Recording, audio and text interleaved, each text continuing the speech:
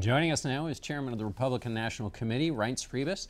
Mr. Chairman, you heard those voters there. They were on the Trump train. They have now gotten off. What would you advise Mr. Trump, having heard that? Well, I think that keep doing what he's been doing over the last 10 days, which is I think he's shown maturity. I think that he's growing in his role. He's a person who's never run for public office. And look, some of this stuff is it's an interesting intro that you had there, because you've got a choice in this election. This election is about choices. You have someone who is not politically correct, who at times has said some harsh things, even he admitted, versus someone who lies with incredible skill and grace. And so the question is whether or not in the fall, making the case to the American people that the outsider, which is what the American people want, they want that outsider. They want that product that Donald Trump presents, not Hillary Clinton. But they also need to know that it's going to be a safe product. And I think if you look at the last week and a half, I think Donald Trump understands it. I think he's being consistent. I think if he continues down this track, you're going to see more polls like Iowa happening where things tighten down, we get to the first debate, and America's given that great choice. They want a safe product. What is he doing to make people feel safe? Using a teleprompter and saying regret, that doesn't convey safe. No, and listen, what it shows is consistency. Look, it's very difficult. I don't care how good you are as a speaker. I've been doing this for 6 years. Other people like Hillary Clinton's been doing it for 30 years. It's very difficult to get in front of a crowd with no notes and speak for 45 minutes. And so, but that's what caused him to do so well in the primaries. It did, but we also had 16 people running, and there was a lot of things happening. But look, what I'm excited about is the fact that I think that Donald Trump has really focused in on this campaign. And you look at the differences between Hillary Clinton, who is, we're talking about DOJ not taking action after the FBI asked them to, and investigating the Clinton Foundation. You have someone whose public persona is cast in stone. I believe that Donald Trump's upside is far greater than Hillary Clinton's upside. You mentioned that he's never run for public office. That's been kind of his best attribute in running for president. He said, I've never done this before, and I'm going to be extra great. So if you look at his campaign, he's now on his third top manager of his campaign. You've seen campaigns before, so assess the health of the Trump campaign. Well, I think I assess it by looking at Donald Trump and looking at his actions and where his head and his heart's at. And you looked at, the fact that he made this pitch to African Americans in communities across this country. He had the Hispanic Roundtable yesterday. He's going to be doing more of that.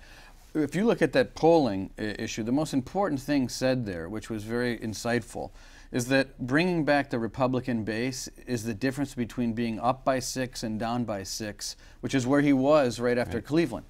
That's the easiest piece for us to take care of. And once the Republican base gets just back up to where it was after the convention, those polls in Ohio and North Carolina and New Hampshire are going to be right back where we need them to be. But let me ask you this question of what we know about Donald Trump as a manager. It seems to me what you're saying is things may be a little bumpy and chaotic, but he's never done this before. Is that going to be true of his presidency? Is it going to be a little bumpy and chaotic because he's never done it before? That's not exactly the promise he's making. The promise he's making is one consistent victory after another with no problems at all. Well, we'll find out about the victory in November. But the truth is that when you're a first-time candidate, I think you learn things as you go, and it is not the easiest thing in the world for people who've never been in politics to read 2,000 stories about them every day. When you become president, I think there's a consistency and there's a level of compartmentalism, departments, cabinet positions. There is a sense of consistency there that isn't necessarily driven by choice, but by history and by precedent. You're talking about consolidating the Republican base, that you said that's what's going on now. Isn't it late to be doing that? Don't you usually have your base consolidated after the convention and then you can work on those other voters? Isn't he behind in terms of... But what we're talking about is a few percentage points. When you need, after the convention, I think he was at 88, 89% support. You go down 5 or 6% on your own on your own base of support, obviously that can be the difference between being down by 2 or down by 6. I think that what you're seeing over the last week and a half is a pretty consistent view within the Republican Party that Donald Trump is doing exactly what he needs to be doing. And if he keeps doing what he's doing, we're going to be right back to even or ahead. Other people have advice for you, and they're saying you're getting memos from people saying, cut Donald Trump loose, get rid of him. Why? What's your response to that? Well, here's the problem with all of this, and people need to kind of just take a deep breath and understand what's happening. They need to learn about Federal Election Commission campaign finance. In 1996, there was soft money. The national parties were essentially a pass-through on soft money.